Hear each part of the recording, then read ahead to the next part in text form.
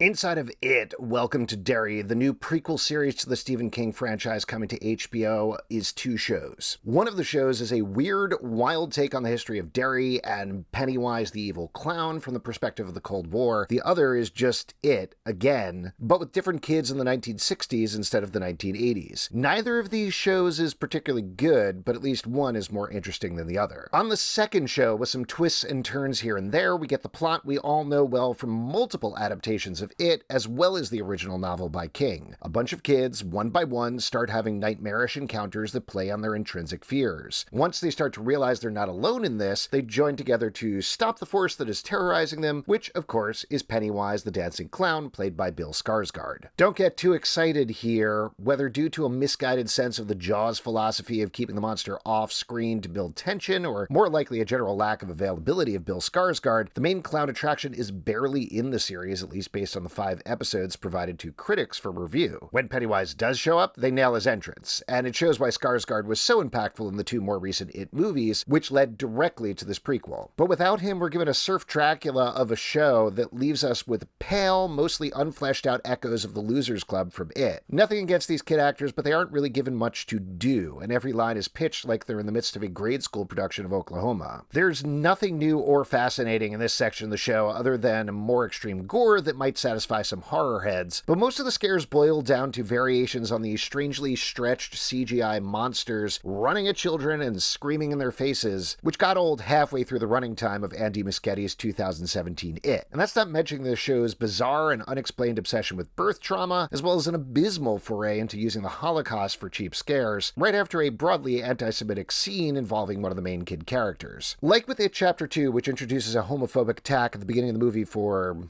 reasons, the series doesn't delve too deeply into the 60s issues it brings up, from racism and sexism to anti-Semitism. They're just fodder for more screaming monsters that frankly aren't that scary. Not to give the show notes, but speaking as a Jew, having the one Jewish family in town eat challah and matzo ball soup for dinner, and then get yelled at by a lampshade made of Jewish flesh, is not playing with historical themes, it's just gross. Somewhat more successful is the other half of the show, which at least tries to be something different, or rather uses some of the less fleshed out material from King's It to build out the mythology of Derry, Pennywise, and parallels an unknowable constant fear of other with the actual fear-based monster living in the sewers under the town. Pivoting off a smaller scene for the book that Dick Halloran, played by Chris Chalk, aka the head chef from The Shining, saved Losers Club member Mike Hanlon's grandfather Leroy Hanlon, played by Jovan Adepo, from a fire in an army bar called the Black Spot. We get to see the duo slowly get to know each other through a secret military mission to weaponize Pennywise to win the Cold War.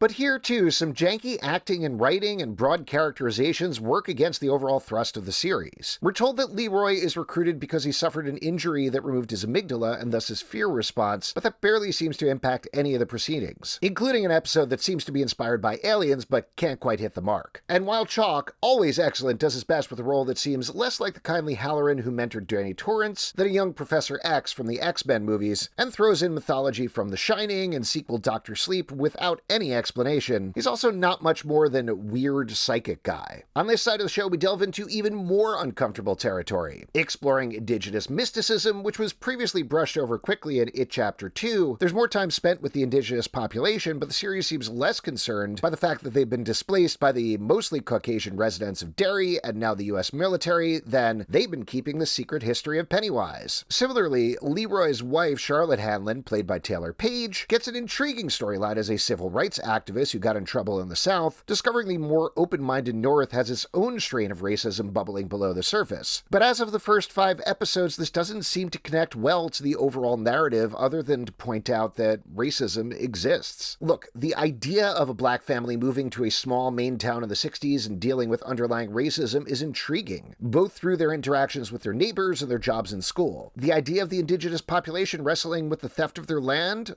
Also interesting. Kids dealing with the specter of nuclear annihilation? The military dealing with the Cold War by trying to weaponize something they don't understand? Great fodder for thematic resonance. Add in the idea of a fear monster playing off all of this, working as both metaphor and external threat. It could be great stuff. Instead, pivoting off one of the dullest and most embarrassingly didactic pilots I've seen in a long time, the show seems more interested in pale imitations of the already repetitive scares it drove into the sewer in 2 movies than fully exploring any of these ideas. It makes gestures at far too many subjects than the slight scripts can handle when focus is key. Of the shows in HBO's IP era, the Batman spin-off The Penguin is the high watermark, while Welcome to Derry is the low. A poorly constructed and half-baked extension that is improperly thought out and often insulting. While there are intriguing bits that may build to a crescendo in the final 3 episodes of the season, and Skarsgård is iconic as Pennywise when he does briefly appear, this is a show that does not deserve to be on the same network that gave us The Wire, Deadwood, and Game of Thrones, among many, many others. It's a blatant play to buff up a streaming library rather than actually say anything fresh. An 8-hour-long watch next button on HBO Max. The unfortunate takeaway here is that after a generally well-received first movie and a generally mixed and negative reception to the second movie, to paraphrase Richie from it's time to kill this fucking clown.